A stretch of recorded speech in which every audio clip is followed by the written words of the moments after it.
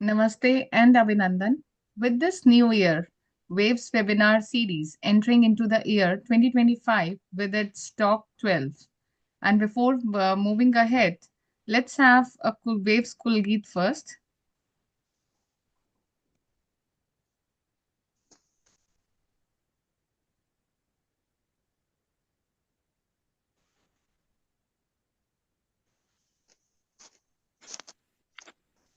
प्रस्तुत है waves कुलगीत।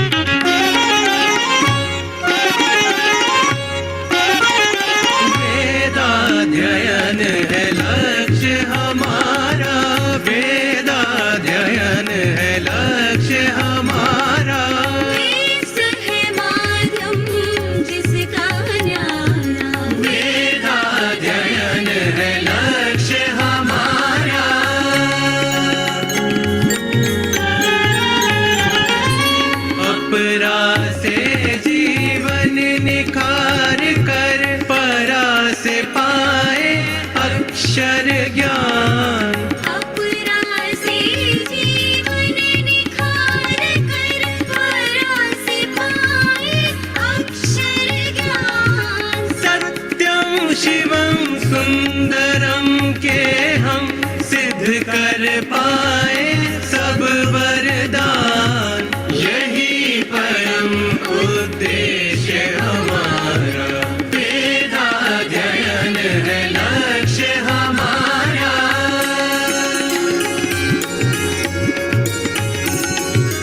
Wave से दे रहा बोध तरंगी, वेव से दे रहा बोध तरंगी। भारत की विद्या पहचाने, वेद पुराणों स्मृति ग्रंथों में निहित अमूल्य सार हम जाने। तत्व ज्ञान ही बोध हमारा, वेदाध्ययन है लक्ष्य हमारा।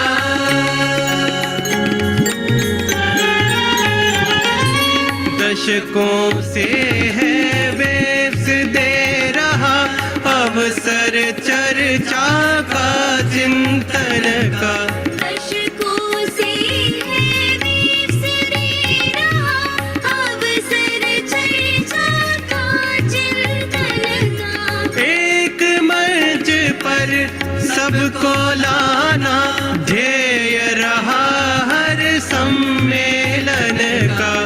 वैश्विक हित कर्तव्य हमारा, वेदाध्ययन है लक्ष्य हमारा।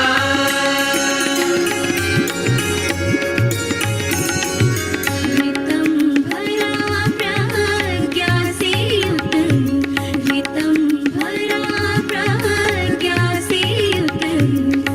भ्रमजालों से दूर बचे हम, स्वस्थि भाव पूरित जीवन हो, अनृत मार्ग से दूर रहे हम। चिदानंद गंतव्य हमारा, वेदाध्ययन है लक्ष्य हमारा। वेद है माध्यम जिसका न्यारा, वेदाध्ययन है, वेदाध्ययन है, वेदाध्ययन है लक्ष्य हमारा।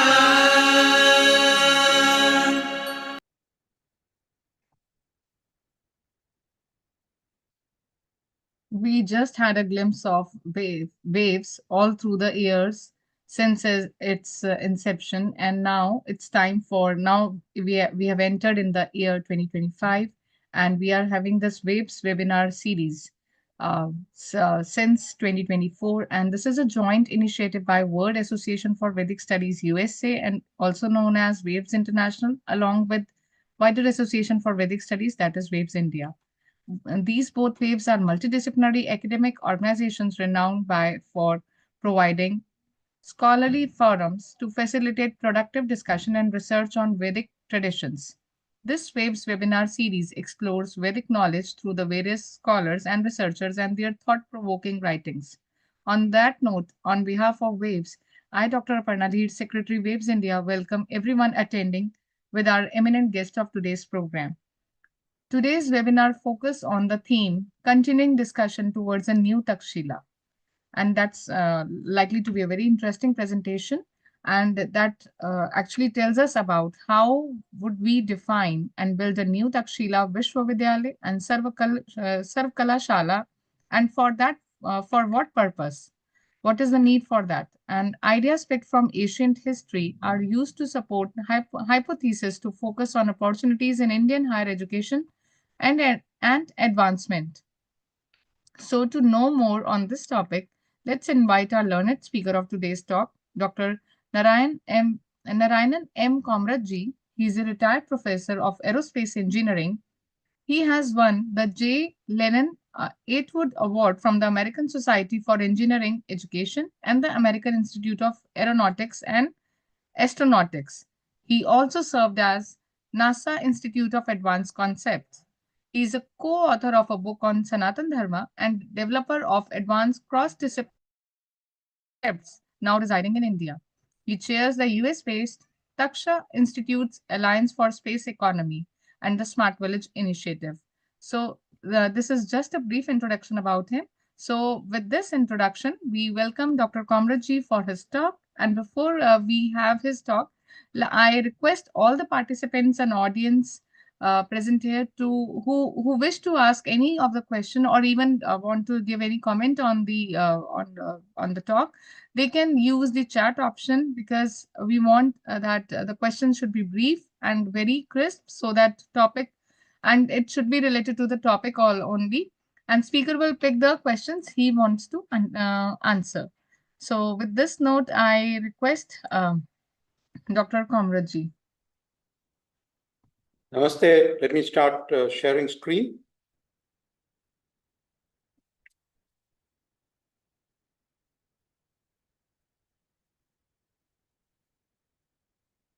Okay.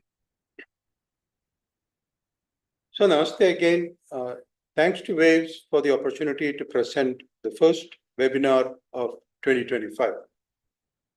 I am Narayanan Komerath.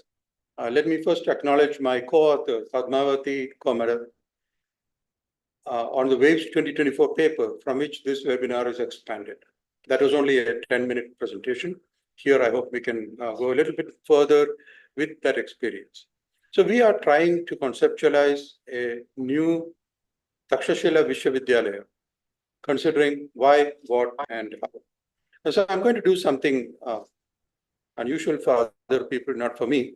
I'm going to lay out our conclusions first, so that you have time to think and compose those questions to put on the chat also. What should a new Takshasila be and why? What is its purpose? We want students and faculty and administrators who have vision, drive, energy, persistence, honesty, and compassion. In short, fire in the belly. Don't depend on fees to fund the institution. This is a very important point. Students and faculty must earn their keep through productive work, but that work, of course, must be regulated to advance the primary academic mission, not just work for the sake of work, and their own personal and professional growth. The university must look 30 years, 100 years into the future with projects, not be hung up on what employers and experts and this and that say is needed tomorrow or today. Focus 30 to 100 years ahead. Focus on graduate studies, advanced graduate studies. Focus on basics in courses. These two things are not contradictory at all. The basics are more needed in the advanced courses than in the first courses.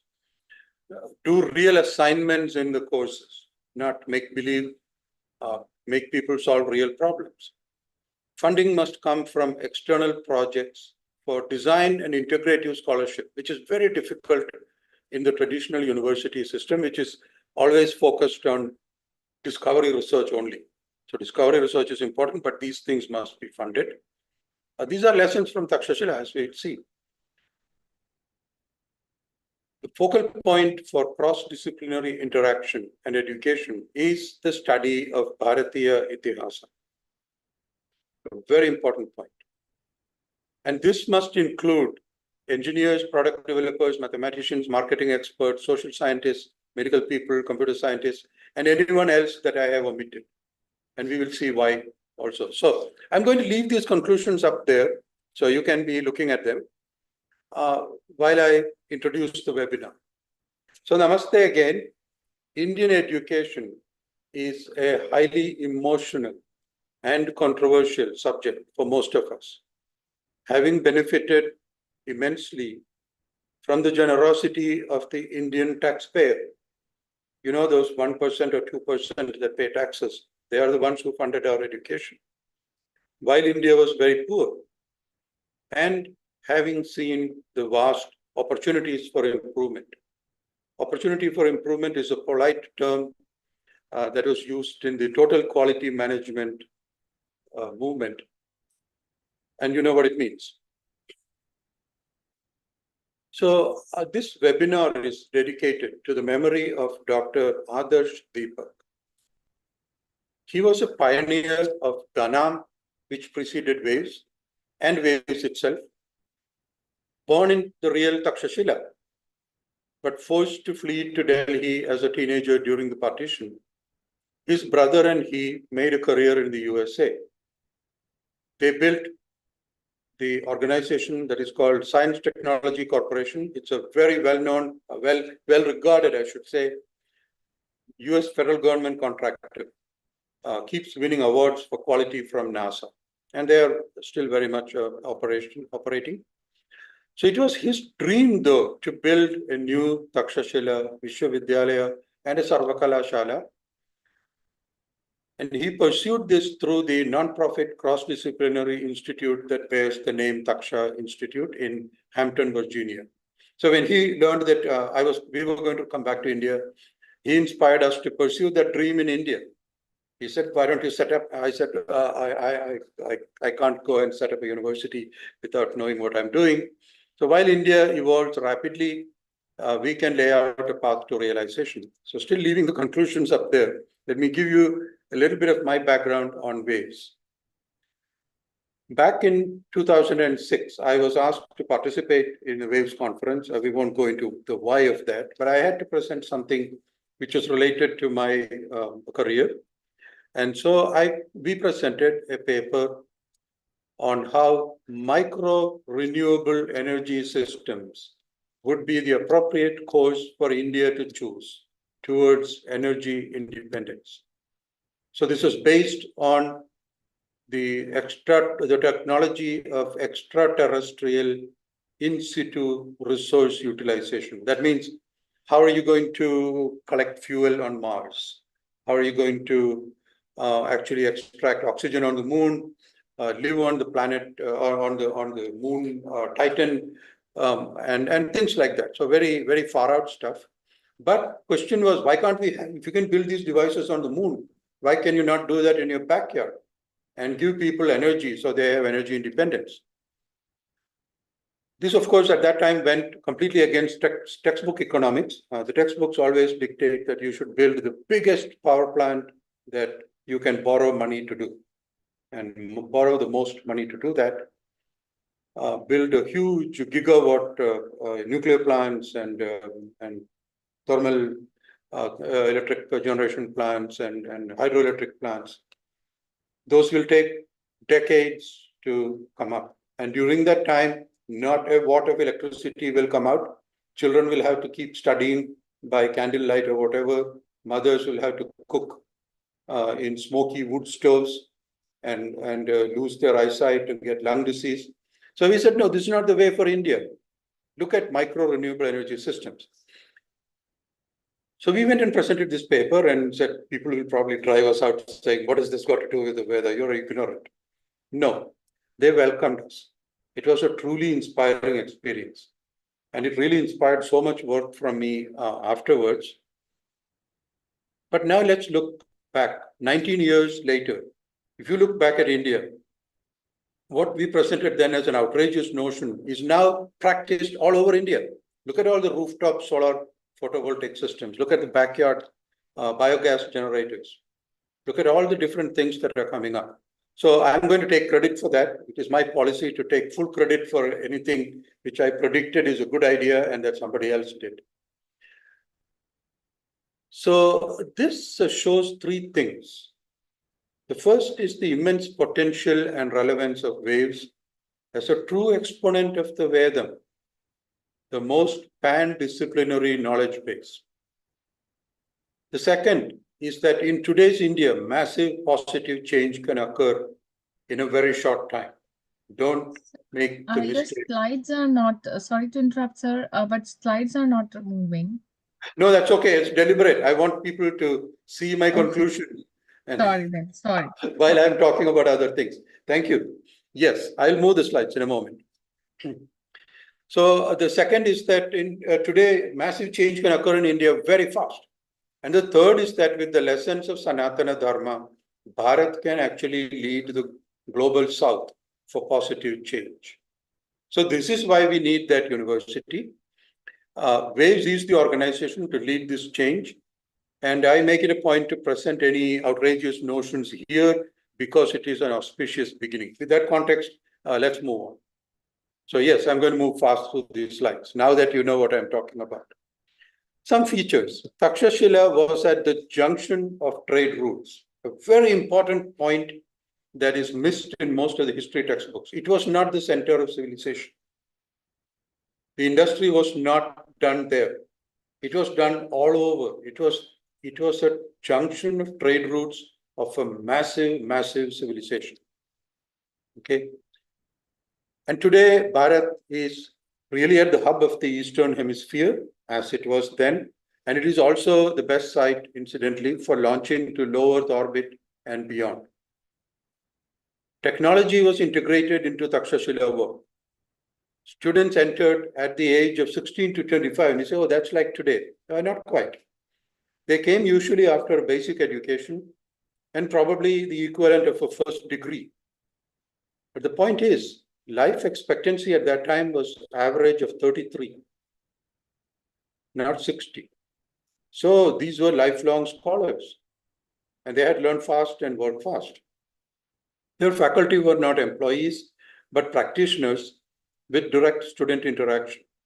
They had access across disciplines and across the world compared to traditional Gurukula. They were funded with the immense wealth that their work generated and the work of people like them generated by wise and forward-looking rulers and a grateful business community. So I did not invent these things. I have dug into the books that are available that people have found out about Takshasila, and this came out of that. Now, please look at these pictures. I remember standing at the edge of the Yellowstone Lake in Montana, which is in high up in the mountains in the western USA, very strange place. One evening, late evening in 1988, and feeling very afraid and saying, what am I doing in this remote place? It's so far away and so unlike my native Kerala. So now imagine how these people felt transiting the frozen Taklamakan desert, the Silk Route, the stormy Arabian Sea, the Himalayas. And there was no 1 terabyte flash drive, no smartphone, no internet, no GPS. Their entire knowledge was contained in their heads.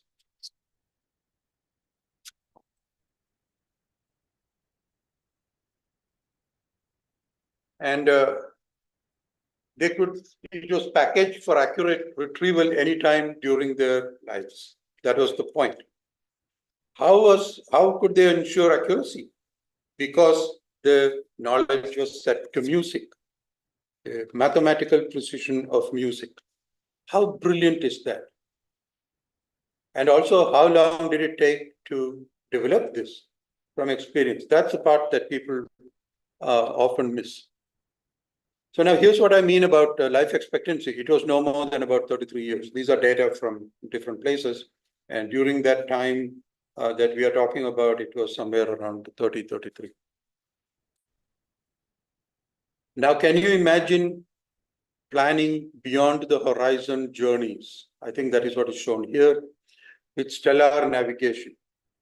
At a time when there were not really any maps worth talking about, there was no GPS. North and south of the equator. Can you imagine carving out the Ellora carvings without a supreme level of planning and calculations and engineering? I cannot imagine doing even a slight bit of work without making a complete mess of it. But there are all sorts of applications of what was done at Takshasila. Today, we can only see a very, very tiny fragment of what was there, which is one of the opportunities for what I'm talking about. How are we going to find out the rest of it? This is really going to be the big problem. So our lesson is that the people of Takshasila did not spend their time gazing at their navels or whatever, stuck in the past. They were not stuck in the past. They lived very much in their exciting present, imagining and building their future and far beyond. They were very relevant.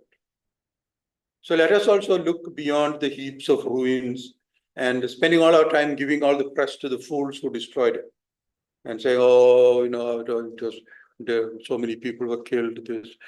No, let's put all that behind and look deeper into the lessons that Takshasila has conveyed. Now, I have to say this. I feel it is perhaps my duty to say this because I know some of these things and I don't work for anybody. So I'm not under any of the constraints that most sincere teachers in the university systems are under. I can say things as I see them. The present university system in India is mostly a fee-based, undergraduate-dominated college system with central and state exams and prescribed syllabus and all these things. Very little freedom for faculty or students for independent study or special problems research towards grand problems. The students are extremely stressed. The Prime Minister spends so much time trying to relieve the stress of students. They have to go to external tuition classes after regular classes. The teachers are extremely stressed because they are asked to go find parents who can pay the fees. I think this is outrageous. Employers are extremely stressed because they say that students don't know the basics. They don't have any skills. The startup venture culture is a huge thing. All praise to it. It is an alternative to everyone looking for government jobs, but it has its own baggage. I believe it has an extremely high failure rate, and I do not envy the students who have to go into that as their first job.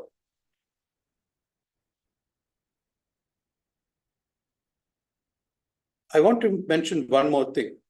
It's people will say it's easy for you to say, but in my youth, which was now half a century ago, we had very few opportunities, especially if you're in Kerala and your interest was in engineering. There were very few opportunities. We had to look outside India. So many people from Kerala had to look outside India to make a living. Like those people going over the Taklamakan desert, not that we really wanted to. But today, a lot of people seem to see emigration from India as the objective.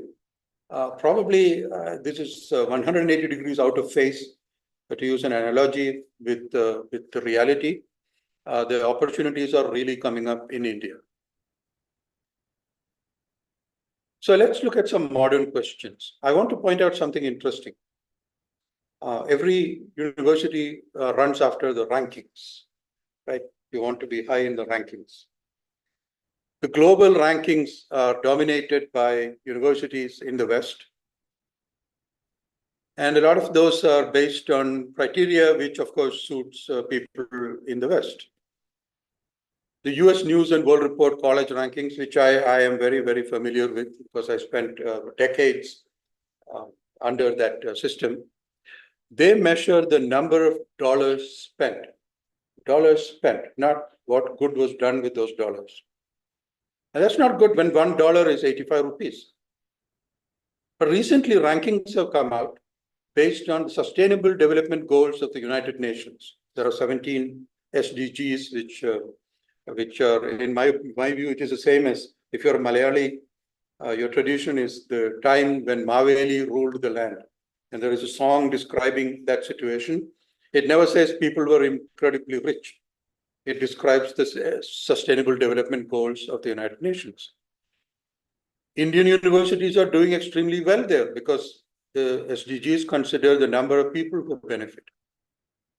But in India today, people send their kids to tuition classes after hours, on weekends.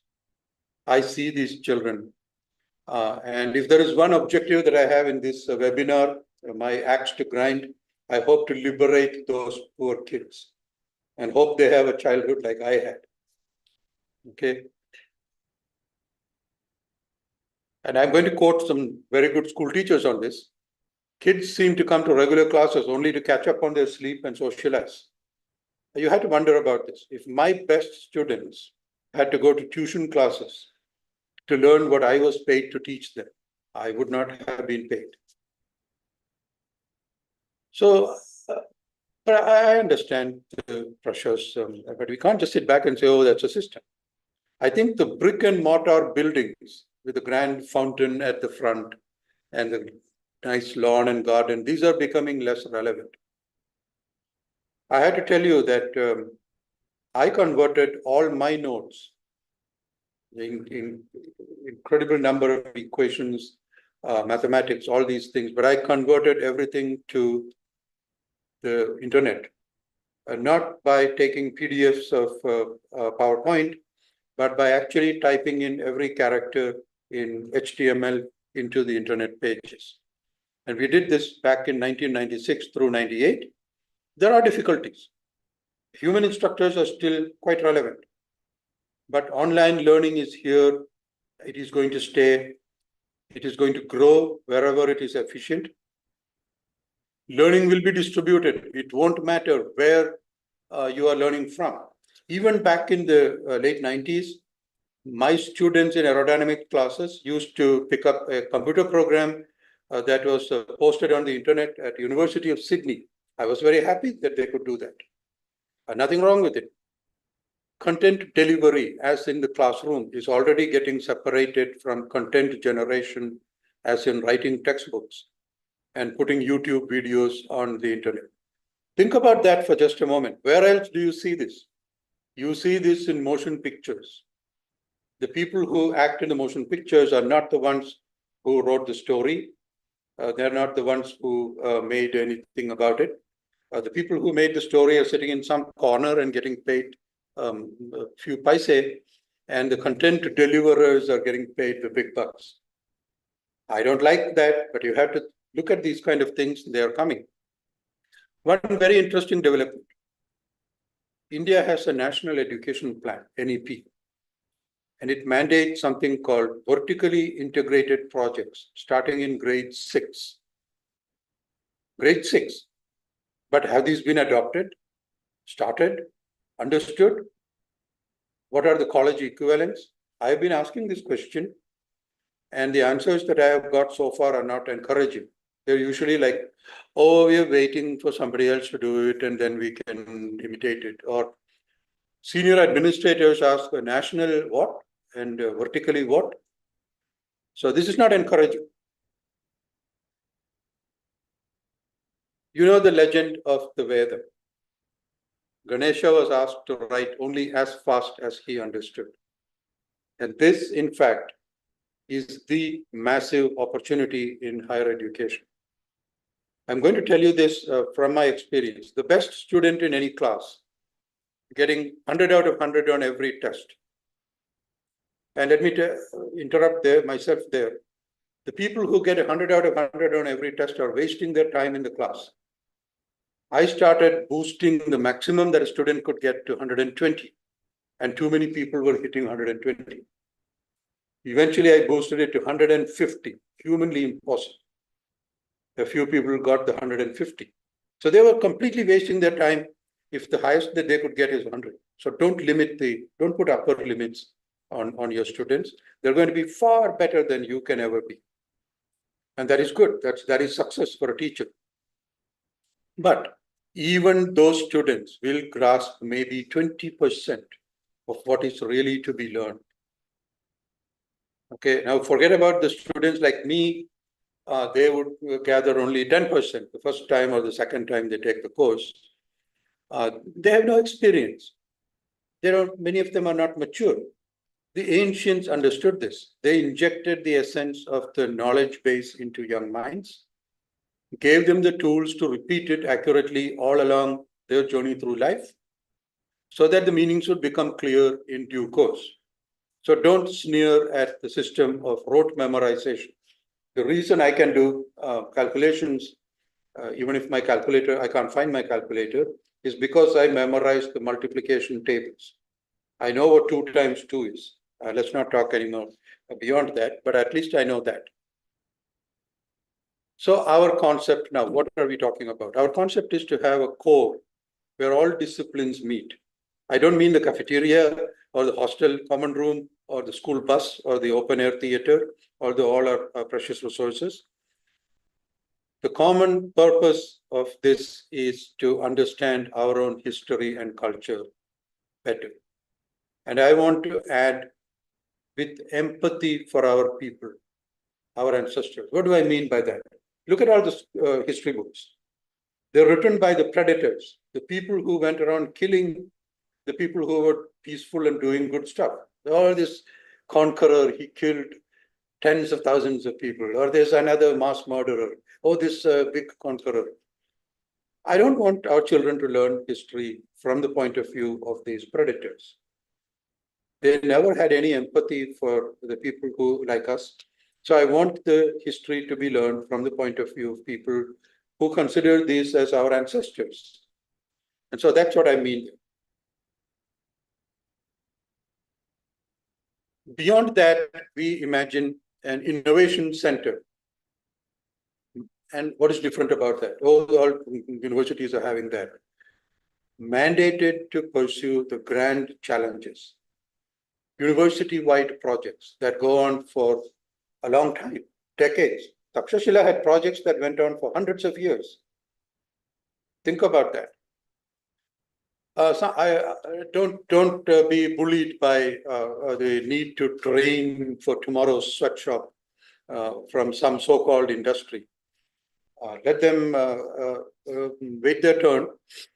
Universities should be far ahead of industry. Some examples of projects are seen here. This is what I can imagine from my own narrow perspective. There will be hundreds or thousands of other projects from other disciplines, and they will all come together.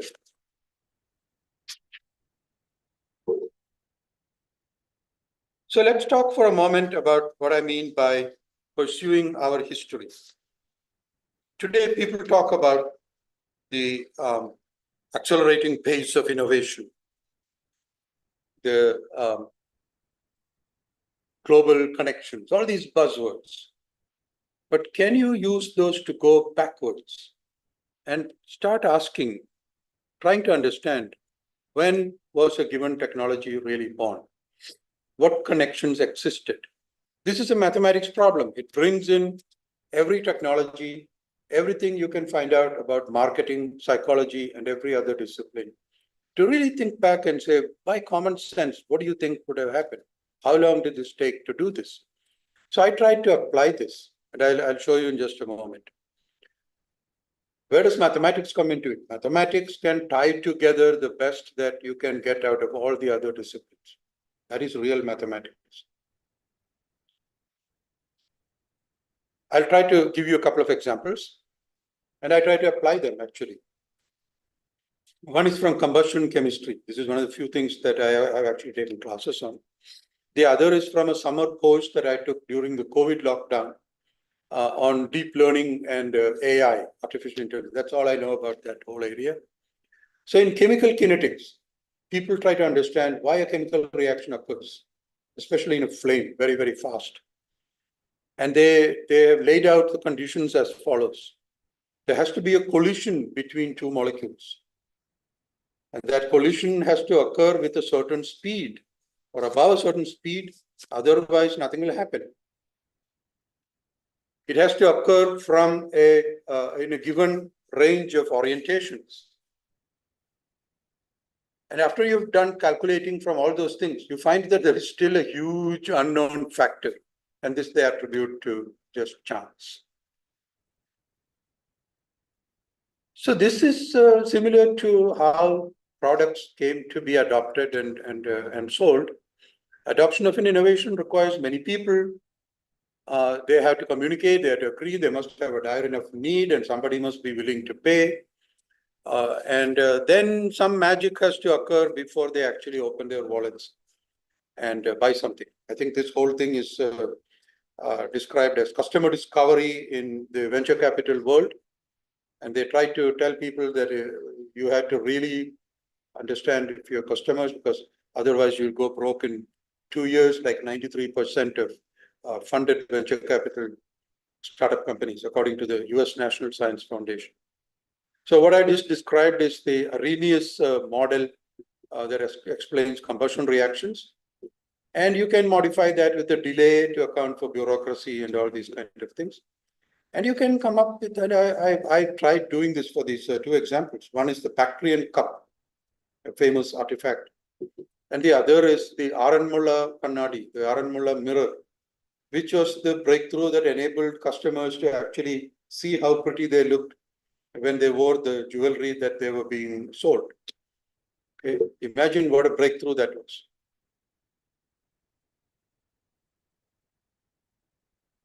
So, but then you cannot cannot always have mathematically exact techniques, which is where deep learning and AI come into the picture.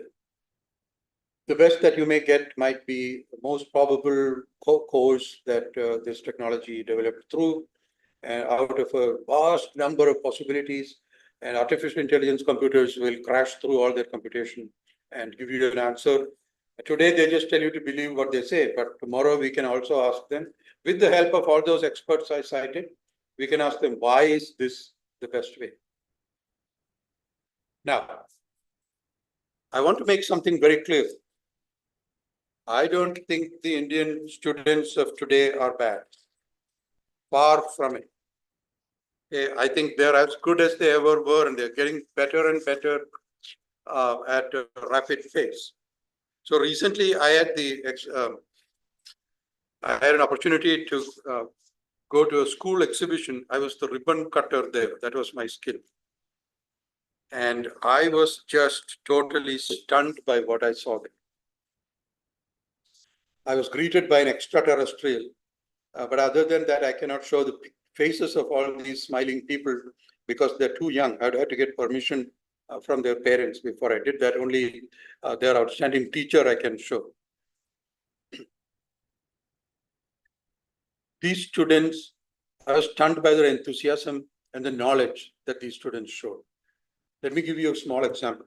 There was one exhibit where they were showing me about Mohenjo-daro and Harappan civilizations. So they had all these little things made. Said this is a seal, Harappan seal. So I asked the two young people there, saying, what was this used for?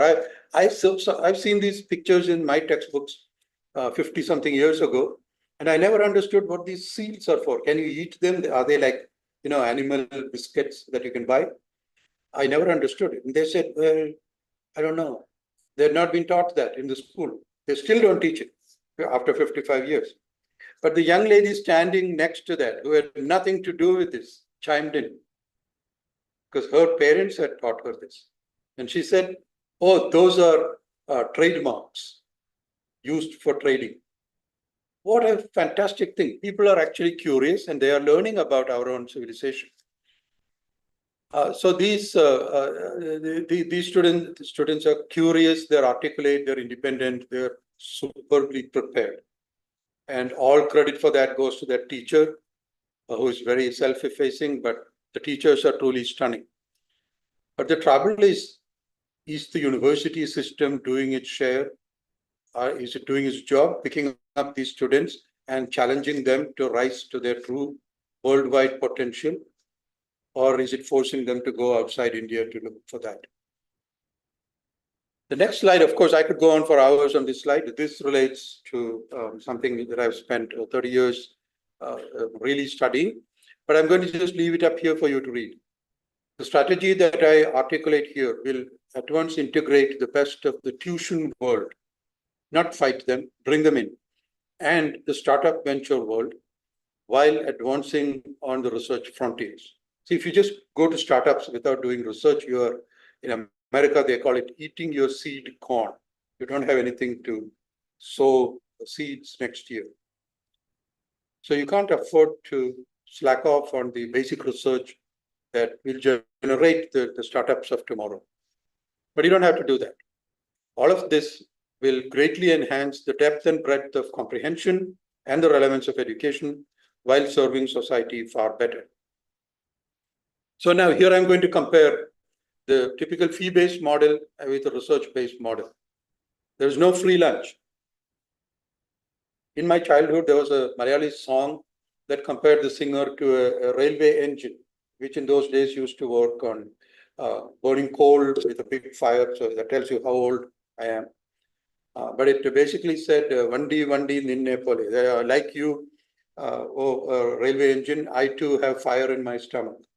And both of us we have to keep wandering around all day, running around if we want to get paid to eat. So both of these are very hard systems, no doubt about it. But the fee-based model is, in my view, on a downward spiral to doom. But the research-based model offers growth potential and continuous improvement. Both have disadvantages and potential for abuse.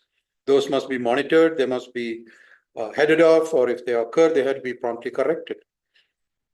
I think the tuition system, this external tuition system should be absorbed into the last 2 hours every day of regular classes.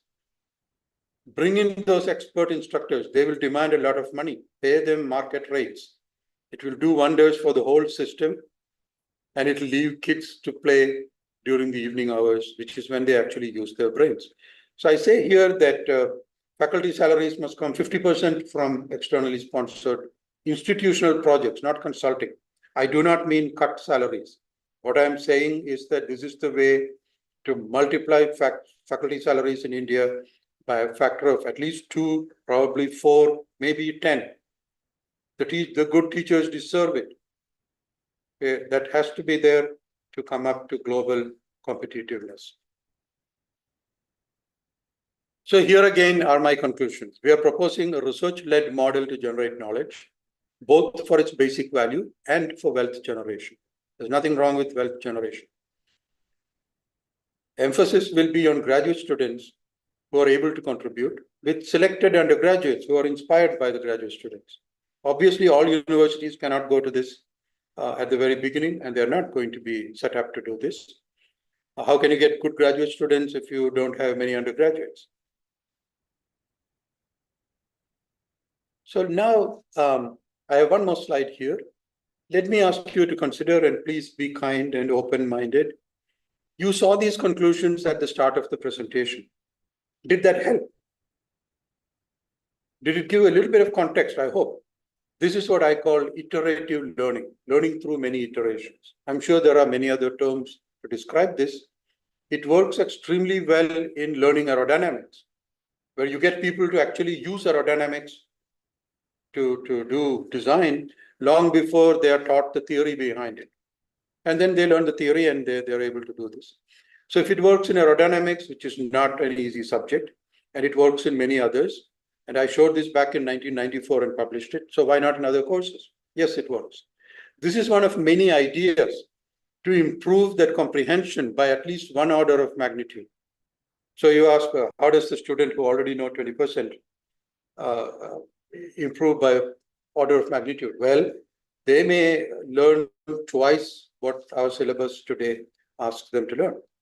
And this is why I believe that although education experts go out there talking about the coming age of AI and all these things, and parents sit there gaping at all this wisdom, AI may do all kinds of things, but your students equipped with AI and common sense and the Vedic knowledge will be far, far ahead of it.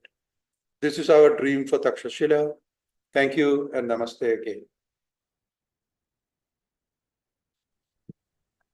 Thank you. Thank you, Dr. Komerath ji. And as we can see, and I think everybody will be agree with this, that we should not miss our childhood, and we should not miss ask our generations to even miss their childhood and overburden them with so much knowledge. At least one should be engrossed within the knowledge with so many mediums as you have shown in your slides. And also one thing which I think in your was there in your presentation, it was looks like it was based on history and ethics, but the soul is focus on educating ourselves. So with this note, I request our audience to have questions and discussion with the speaker, and they can use the chat option. That will be more easier, convenient for him as he asked in the starting. If nobody wants to use the chat, of course, they're welcome to ask. They Yeah. can raise hand option, use raise hand option. No one has it. Oh my goodness, this is like my classes. No, we have one question from Professor R.S. Kaushalji. He himself is a scientist. So welcome, Dr. Kaushalji. I have few, just not a question, some queries rather. See, in USA you have a system, earn value learn. In India we have a system, learn without earning. One thing. Second, once you have the increasing trend of coaching centers, increasing role of coaching centers or tuitions, how can we expect the creativity out of those minds in future? So let me Will you take both of comment? those. Yeah, both of those. The first is that I am seeing a very different and very harsh reality, particularly in engineering colleges, at least the ones I've seen in Kerala. It is not anymore learn without earning. These children, I call them children, of course, engineering college students, they are having to work doing delivery jobs, Swiggy or Amazon. You know, the best young people I see are the Amazon delivery people who come to my door. They are so nice. And it breaks my heart. I really want to find. Sorry for interruption. Actually, in American system, learning is more important than earning, than money. In Indian system, if you have money, learning becomes secondary. For example, now we have midday meal concept in our schools. Once you have midday meal concept, mind is attracted right from the beginning till the end of the class, the end of the day. What I have to eat. So this is a question of education psychology. So how your suggestions have been advanced to the government, Indian government or the education ministry to improve upon the new education policy? What I see is in colleges that I visit, and I am on advisory boards or whatever places, they have no notion of the idea of relevant undergraduate projects, which I have 30 years of experience doing in America. That is the big difference. Okay, other things are not different between America and here. When I was a teacher in America, I remember a student who was, she was actually taking the college classes after retiring from the US Army. She was the platoon commander in charge of one of these Patriot missile systems. She was working 40 hours a week at the grocery store, and she was the top student in my class. I recruited her, of course, into graduate school, but it used to break my heart to see how hard these people were working to earn enough money to learn. And I'm saying that in today's engineering colleges in India, the students are having to do this, but they are not finding support from the institution. The institution does not have a mechanism for taking the students and say, no, look, So what I did very successfully is I took some of these people and said, what are they paying you? Minimum wage? I will give you more than that. You don't have to go out of the institution. You don't have to, you can do this while you're taking classes. You work in my lab. I'm getting this out of sponsored research, and you are learning while doing that project. I have had 300 students go through like that. This is the system that I'm arguing for, and this is Takshasila system. They are getting paid for learning, while learning, and they're doing useful work. We were doing useful work. We were doing projects that made whatever, I don't want to go into that, but somebody found it useful anyway. So I say that the American system, when it worked very well, is the Takshasila system. So why don't we do that? That's my point there. So I agree with everything that you're saying, but you don't go by the poorest examples. We have to, that's why we need an example that goes out and does these things.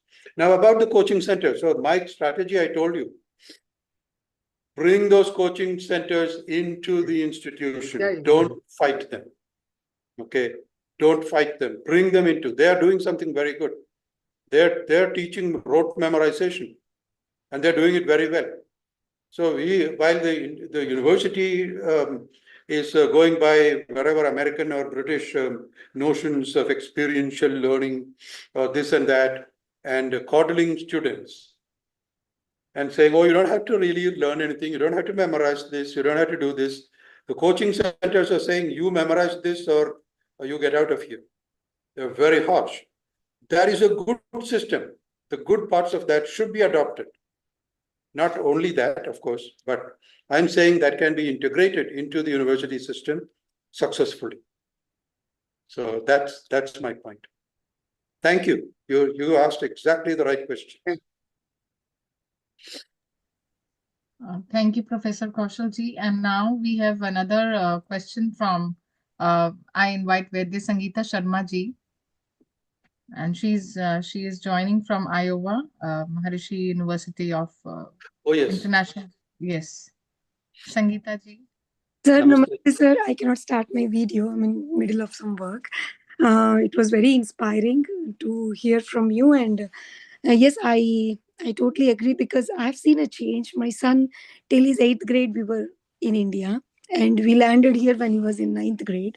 So there's a huge difference of understanding for him and paradigm shift in his learning. Because the way of education system in India till 8th grade, excellent, because I know what we have been studied as. And then when he came here, the complete change, because high school here is very tough, as you know, and the way they children has to do it self work. So, and I've seen him developing in in his intellectual abilities and in his thought process, and how he's doing now. He's in 12th grade and he has constructed himself in his an idea that okay, what he is his plan for future, how is he applying for the university. So I just keep thinking this thought that my daughter is in 2nd grade now, and I see the change that what we should do is, we can, as a parent, what I observe is, we can amalgamate or mingle or mix up both the systems. What I observe as a high school grader, what my son has gained here, instead of just mugging up the stuff, the most practical version of the knowledge, and as a lower school or middle school kids, what they lack in India is what they are gaining here, or what actually the US kids are lacking here, because they totally leave them out. They don't allow them, like they don't really study or do. It's all totally like, okay, just learn from nature and not much on putting on paper or intellectually thinking. And then it becomes a high burden for them till they come to the high school. And I see that maximum 52% of students from US community don't reach to undergrad colleges. They just finish their 12th grade and they stop, because somewhere they are lacking that education till 12 years of age, where they need to train up or brain up their brain, or train up their brain into learning more writing skills, or more theory also, along with the practical version. So this is a parent I'm observing here, that yes, we can mix up both these things and we can really introduce a system. I've seen coaching systems. I've gone through those coaching centers, and as you said, that bring the coaching centers into universities. Practically, I think it's not possible, sir, because it's a money mafia. It's more a business concept rather than introducing a knowledge to the kid. And I don't know where these two lines will meet, that the coaching centers will be agreeing to, tie up or patch up into the system, where they are not thinking about money but rather just thinking about the growth and development of the kid. It's just if No, yeah, I don't mean get the coaching centers to suddenly agree to forego their fine business model. I mean, make the university-based coaching so good that these people will either go out of business or come and work with us. So I'm not saying be very nice. Universities cannot afford to sit back and say, oh, we cannot do it. In the university, I have been very fortunate and also maybe had so to speak, abused childhood in college. But I worked with some very tough people who were war veterans. They were not swayed by people saying, oh, we are little children, we cannot do this. Because they had seen 17-year-olds going to war and die.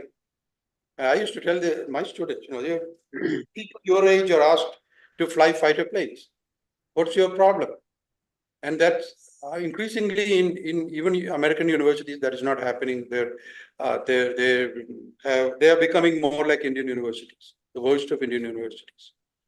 So I think the coaching, this is a radical solution. I think you cannot fight the coaching. I thought about it quite a lot. I hear all these professors complaining. I hear the IIT professors who set the entrance exams complaining. It's their fault, actually. They should set questions which make the students think on those tests. If they learn to think in the coaching classes, well, everybody benefits. So it's not fair to just say the coaching is bad and this, and you cannot have students going to coaching classes to get their education. Now, let me point out another thing. Every year you hear about Indian students in US winning the spelling bee, right? Why is that? Rote memorization. They memorize those words. They don't just suddenly become brilliant at spelling. Hard work, rote memorization.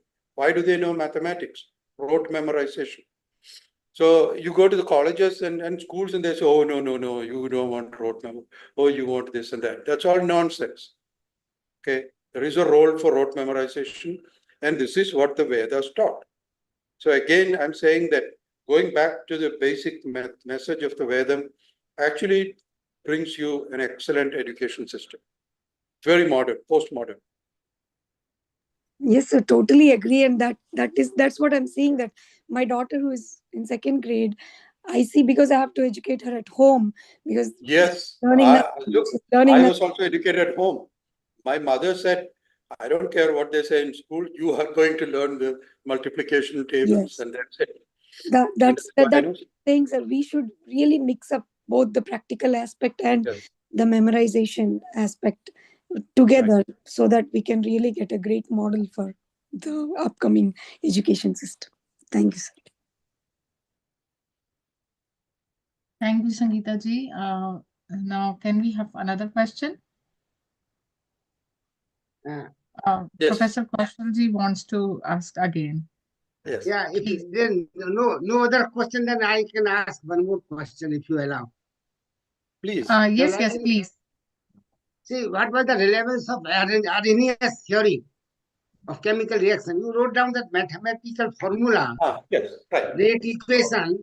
Yes. And what was the relevance with your talk in that mathematics? See, mathematics itself is a language. Let's think through this.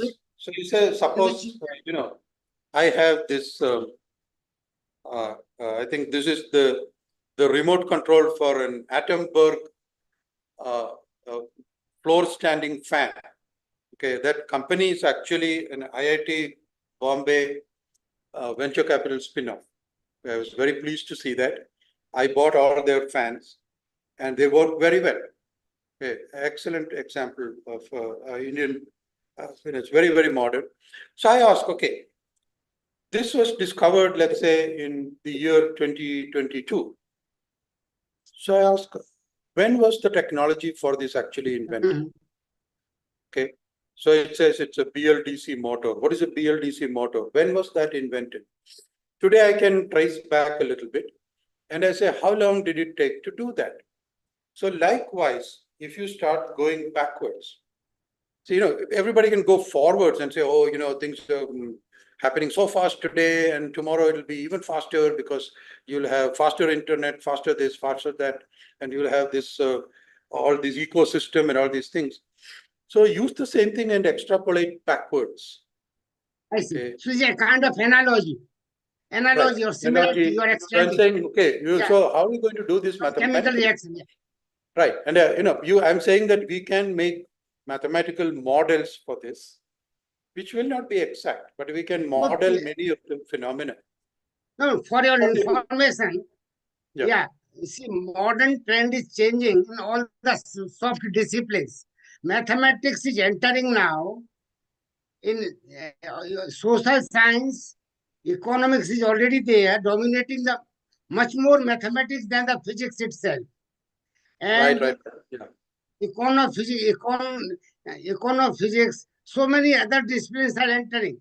So knowledge propagates through analogies, similarities, right? Yeah. Though the mathematics were dominating once upon a time, the subject had discipline like physics. But now it is not confined to physics. Even new branches like, see, we have just statistics. Now we have Bayesian statistics. We have varieties. See, things are changing.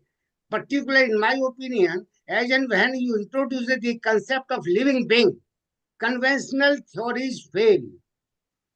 Here you bring in the Vedic wisdom. See, See, I'm Vedic saying that, wisdom is much a step ahead. With regard to the tuition business, it is a personality development that has to be modified. Personality development starts right from the home. It starts right from the home. Then it goes to a school. So it depends on the parent. But how are you going to change the system, whether east or west? Hardly matters because east is also following the west blindly.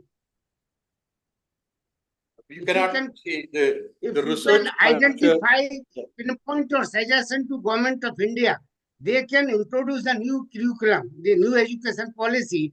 Rather, they are already introducing, but perhaps your suggestions can give further guidelines and improve upon. Yeah, people tell me to write to the Prime Minister's office or something like that. And in the United States, when I went and asked the National Science Foundation innovation people where I should go and present some radical concept, they said, why don't you ask Elon Musk? It's the same thing, here everybody says, oh, go talk to the government of India. I don't think the Prime Minister is sitting there waiting to hear suggestions from somebody like me. I think the failure, if it is there, is on the part of the people who are supposed to be thinking and opening their minds. And that is the faculty in the universities. If the faculty sit there and say, "Main kya karunga," I think they should be fired. Very simple. They should lose their jobs. If they cannot think of solutions, they should get out. You know the old story of Archimedes. Archimedes was a very highly respected and everybody, he had a very big position. But if he had not solved that problem of the crown, his head would have been gone. And that kind of thing is not there in India today. University, I will. So the responsibility, unfortunately, is on the faculty of the universities. It is not anywhere else. You cannot say, go to the government. You are the government. Government will come to you and say, is this sensible? I have tried going to the government, by the way, and it comes to the university and the university says, oh, what can I do? I cannot say anything until the education ministry tells me to do something. These are all excuses. If you have fire in the belly, you will solve the problems. If you don't have that, you should be fired. It's as simple as that. I'm sorry, but that's what it comes down to. I think we have more questions also because this discussion is getting more and more interesting now, and even I think many questions are hand raised I'm seeing. Yes. So now I invite Professor Lalan Prasad ji for his question. Sir. Sir, you are muted. It has been just mentioned that mathematics is being used. In economics, for instance, mathematics is used very often, and it helps in modeling and coming to decision making. But there are a lot of limitations when we use mathematics in modeling another way, because you have to choose variables, you have to take presumptions, and many times these variables and presumptions don't work. And also the combination of the presumptions and variables, these also are very difficult. And many times the results which come out of mathematical models, they don't come up to the expectation, and sometimes they fail also. So how far we should go for using mathematics for everything, for in disciplines without understanding its limitations? So mathematics, I had to, the reason I know anything about mathematics is two things. My only credential in mathematics is that I got 100 out of 100 on the SSLC exam and maybe pre-degree, but never again. In IITs, I barely passed. But I had to write a paper on Vedic mathematics. And I looked at that, and what occurred to me is that, of course, everybody was talking about, oh, the Indians invented binomial theorem, Indians invented that, Indian. What really struck me was that mathematics was not a subject that was pursued just for the sake of mathematics. In Indian history, as far as I can see, mathematics was always a tool to solve problems. This is a very important thing. So you won't see all people nobody, in my opinion, in Indian history, is actually described as, oh, he was or she was a mathematician. They were astronomers. They were something else. They were this. They were practical people who developed mathematics for practical uses. So mathematics has always been used for things. And in engineering research, I will tell you, my own specialty is doing experiments. And my enemy is the mathematicians, the computational people. Okay, I used to tell, see the nature, but nature I can help. But my enemy is the computational person, because if their computation works, nobody will give me money to run my experiment, to find out what's going on. Fortunately, that was not a likely thing. So I agree with you and disagree with you. It is highly fortunate that mathematics does not work right now for many things. But there is no reason to give up. The emphasis is always on improving the mathematics. And they keep coming up with new things when they find limitations. So now they are mingling the mathematics that they know, which is the discrete and deterministic mathematics, with the totally chaotic and indeterminate things like through deep learning and all these things. Yeah. They can go where nobody knows the answer, but you can kind of guess the answer. And then you can say this guess is better than that guess or whatever. So, and then they try to make mathematical techniques out of that. Likewise, our history can be traced through all the use of all these things, but with mathematics as the link. I don't know how to do it, but that is why we have researchers. Let the smart people figure out how to do it. I'm not going to say you cannot do it. Economics prediction, I totally agree with you. I've seen many experts, so economics experts who their prediction always works better when they're trying to explain what happened last week versus next week. That's totally true, but it's no reason to give up on it. You have to keep trying. So that is a great opportunity. This is why it is I call history, our history, as the greatest challenge for Indian mathematics. And we should meet it. Thank you. Okay, thank you. Ji. And now we have one question from Dr. D. Pramod ji. So I welcome him also.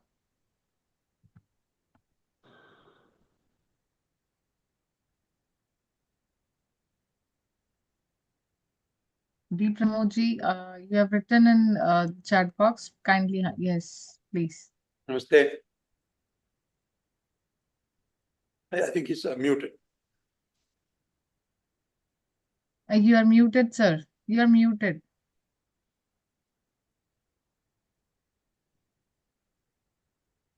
Kindly unmute.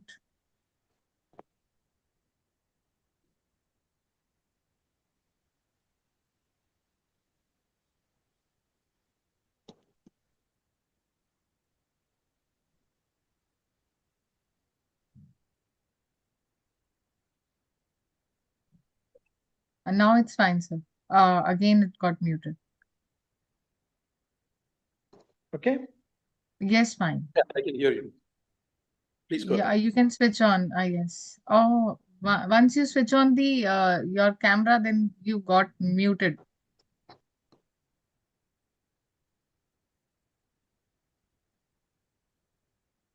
Now it's fine. Yeah. This is Pramod from Delhi University, presently working in Hyderabad, Malari University, Dean and R&D. The talk is looking very good actually. As people are discussing the coaching centers and everything, they are doing very well, coaching centers. They're the basic knowledge they are giving. But when the students are very talented people, Indian students are very talented people. But when they go to the colleges, engineering colleges, universities, and the situation that is not there actually.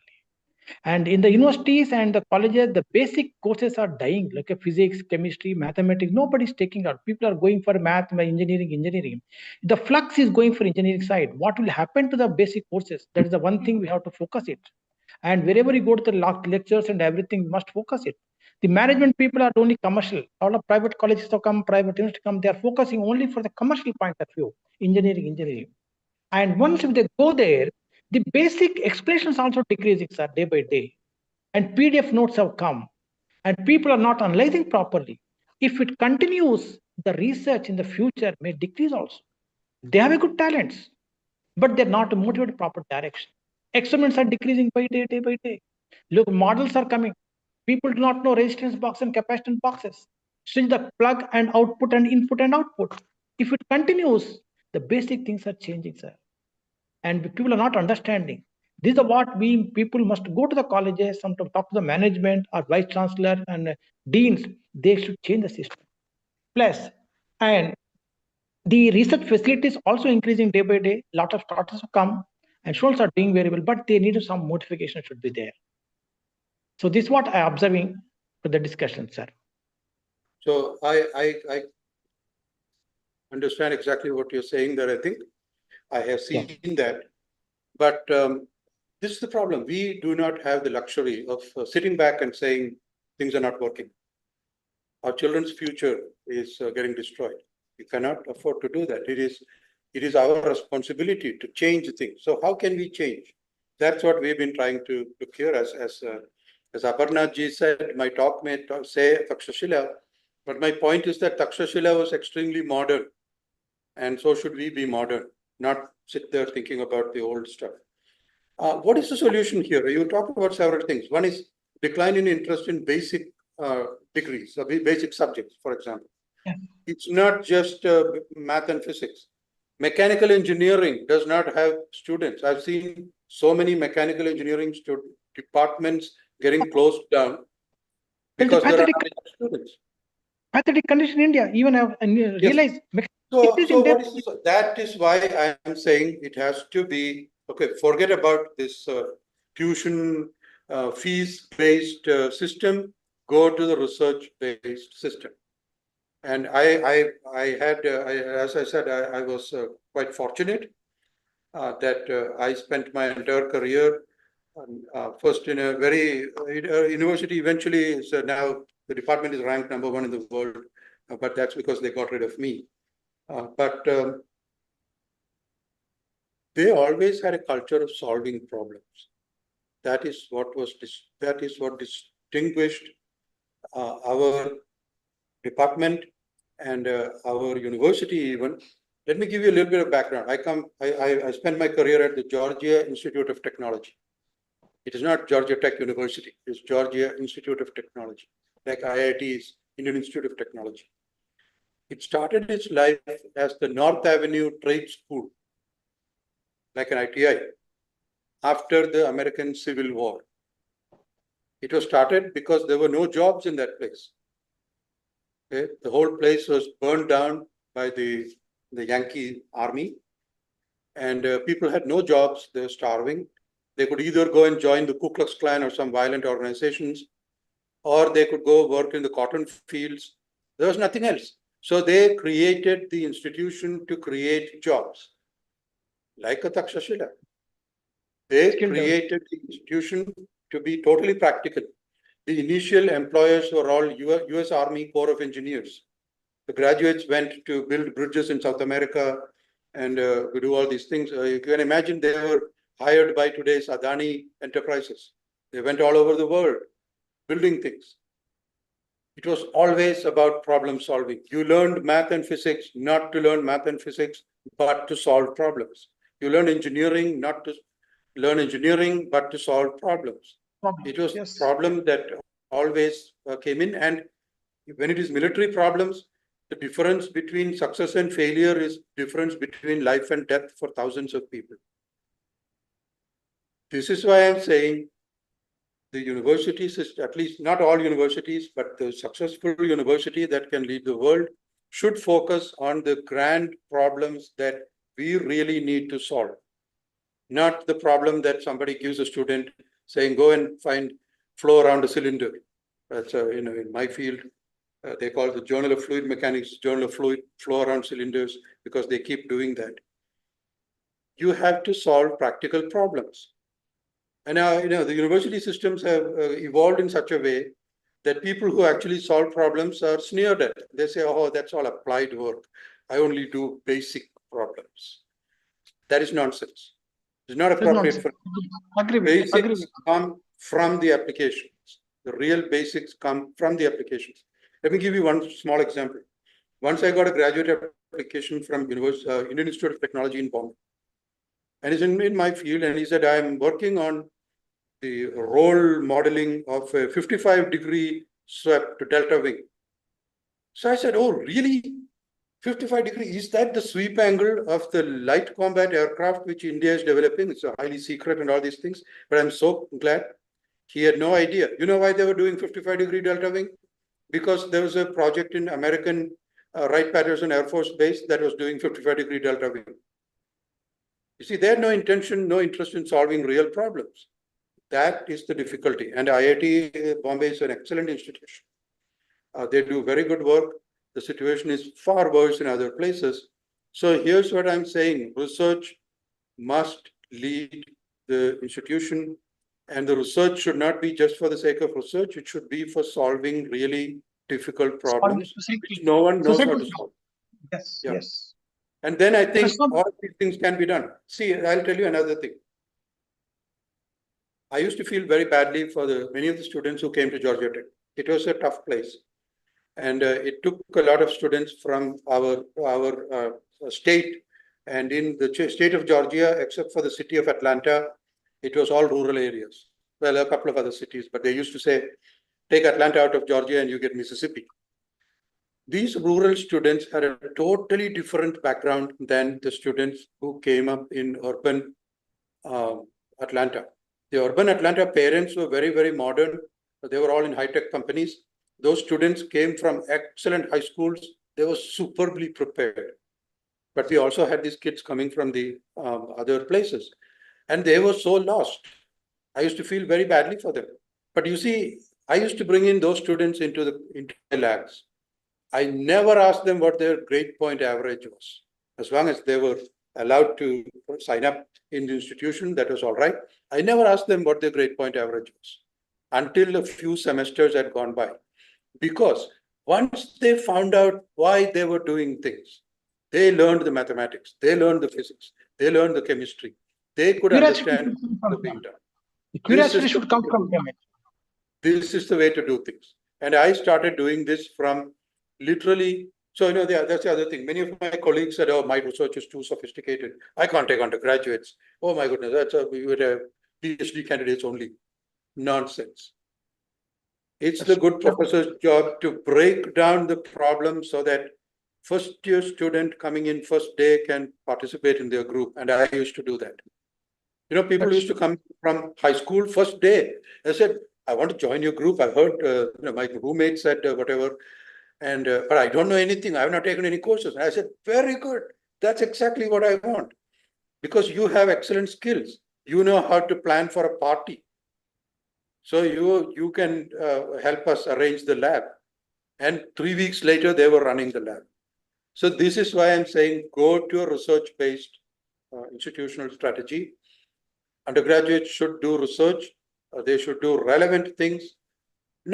They know, if you give them a washing test tubes, they know that you're not taking them seriously. Don't do that. So there is a way to do this. And Indian students are extremely good. They're very good. They need a proper direction. That's why I'm saying the colleges should change their way of doing things. That's true. So with these, I think we have done with the questions, and I would like to. And there is no raise hand I am seeing now. So I would like to request Dr. Shashi Tiwari ma'am, President Waves India, to have few comments on the talk and on the discussion as well.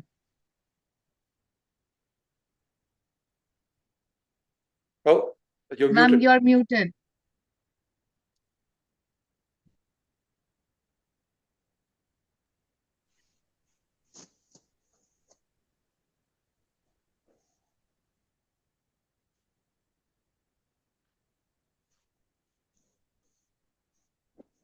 Yeah, it is a real pleasure to listen to a talk from Professor Komerath, and who is a great educationist, a great scientist, a great mathematician, and whatnot, and a great Hindu dharma writer also.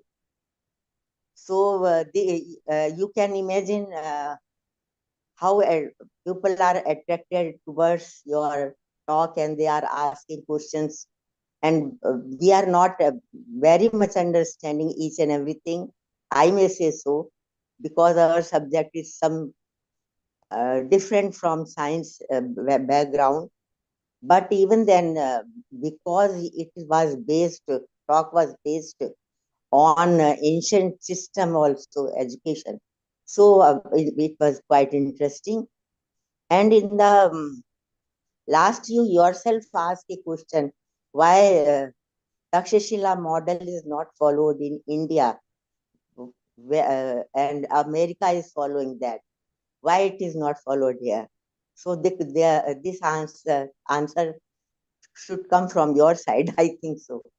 And in my opinion, in Vedic view of education, all subjects are exchangeable, interrelated. As there is a short story, there was a acharya, and a student approached to him for knowing the art of sculpture, murti kala. So the acharya said, do you know dance? Then he said, no, I don't know dance. So you should know dance. Without dance, murti kala cannot be learned very well. So the student said, Guruji, I will like to learn Nritya Kala first. Then the next day he come to learn Nritya Kala. So again Guruji said, do you know music? He said, no, I don't know Sangeet Kala. So like, first you should learn Sangeet Kala, then you will be able to know dance. So the next day when he come, so like that he was continuously coming, and there were so many vidyas in our ancient knowledge systems that Guruji's list was not completed, not fully elaborated. So like that in the mantras also, in the Vedic mantras, all jnanam, vijnanam, samvijnanam, all knowledge is interrelated in mantra. We have to draw what Rishi is saying about science, about education, about ethics, about psychology, like that. Nothing is specifically mentioned here that this month we'll be talking about this subject, this month we'll be talking. We have to research. Through research, we have to find out that. So I want to say that all knowledge is complex knowledge in mantras, and that is why 14 years, a boy or a student used to live to Gurukul for the knowledge, for the whole lot of knowledge, and Vedic literature was there. I am talking about the Ramayana time. Sri Ram and his brothers went to Gurukula, Vasishtha Gurukula, and there they lived for 14 years. So what they were reading at that time, because nothing was there. Sanskrit literature was not there at the time. Ramayana is the first poetry kavya. So they were only reading Vedic literature, and Vedic literature is such a huge literature that all the 14 years they dedicated to the learning. So because that is compact, then Arjun will become Dhanurdhari, some will become Arthashastri, some will become uh, something else, Acharya. Different knowledge will be uh, culminated in them by themselves. But Guruji will teach them all knowledge in compass. So I don't want to say many things, but there are so many questions, and the question I asked Dr. Komerath, please give, and Aparnaji, after that you may conclude this meeting. Dr. Komerath, please. What is the difference between Indian knowledge systems and American knowledge systems? Why they are following a Takshasila model of learning?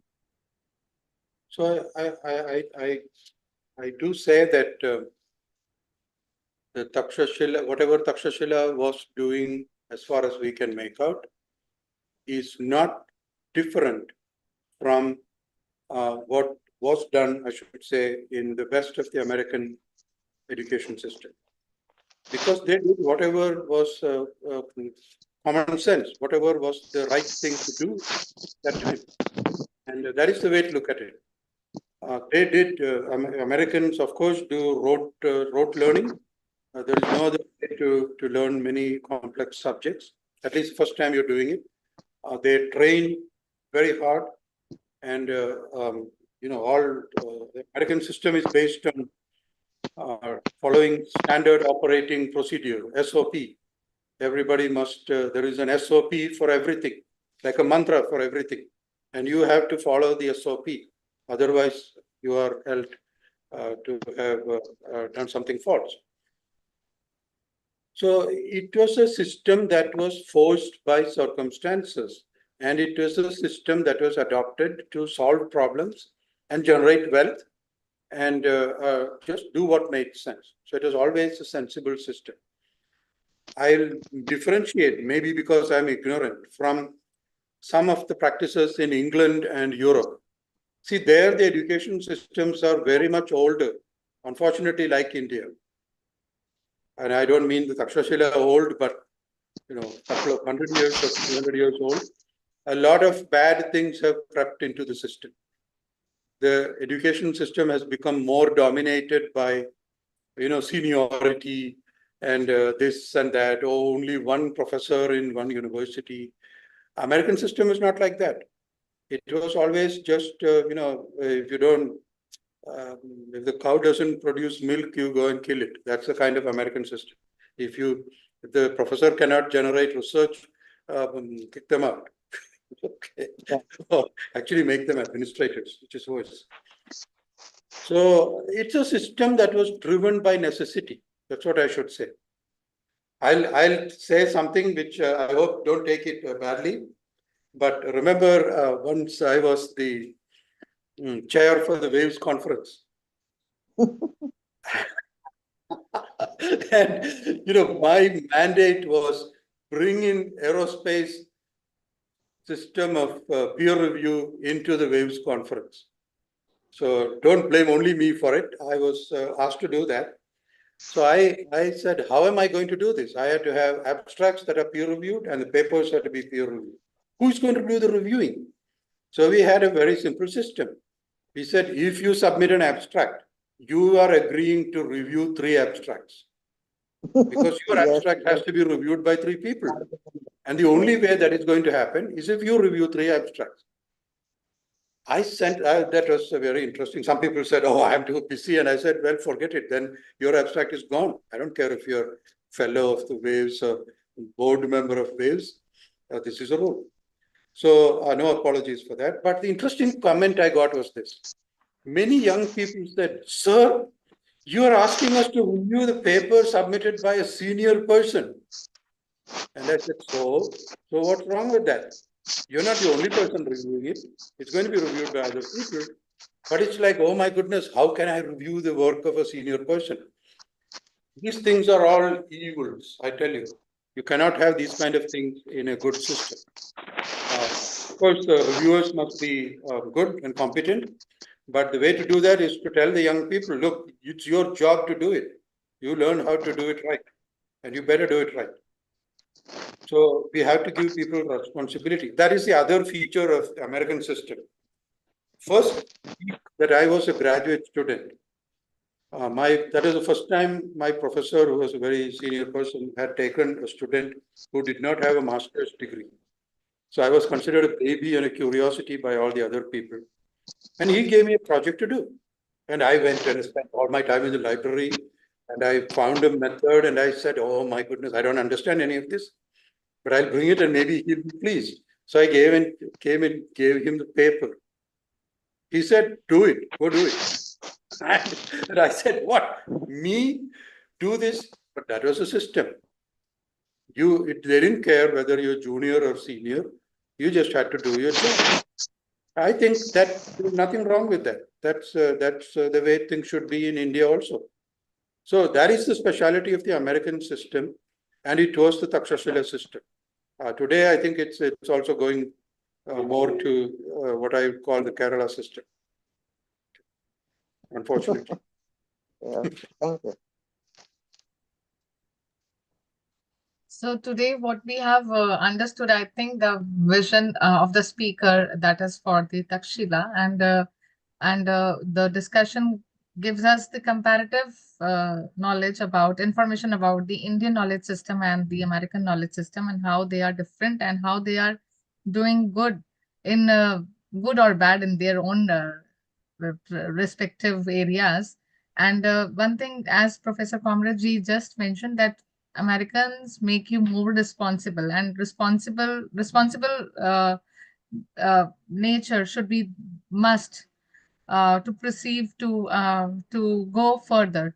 And so I think we can mix up, and as you have a vision of Takshila, so I think we can mix up both the good ideas of both the knowledge systems and move ahead with our giving knowledge, sharing knowledge with our future generations.